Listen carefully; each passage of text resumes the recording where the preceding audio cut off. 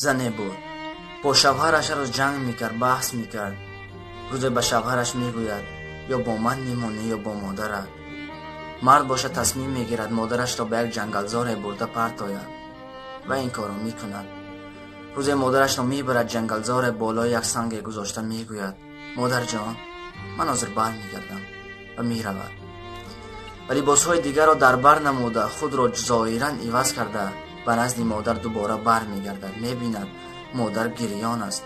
از مادر پرسان میشود مادر جان برای چی گریان هستی؟ مادر در جواب میگوید مرا فرزندم اینجا گذاشت و رفت.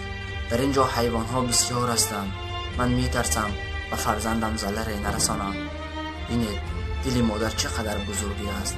برادران مادرای خود را حفظ نمایید. السلام علیکم و رحمت الله. زندگی کوچه سبز است میان دل و دشت که در آن عشق مهم است و گذشت. زندگی مزرعه خوبه هاست. زندگی راه رسیدن به خداست. زندگی ای زندگی صحنه و من فقط بازیگرم. نقش های نو و نو را می دهی نقش خود اما ز خاطر می برم.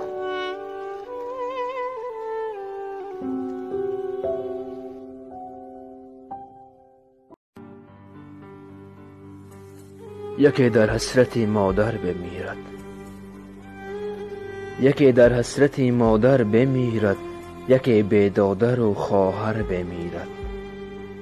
یکی دارد پدر بیزار رویش، یکی کاوت پدر بی سر بمیرد.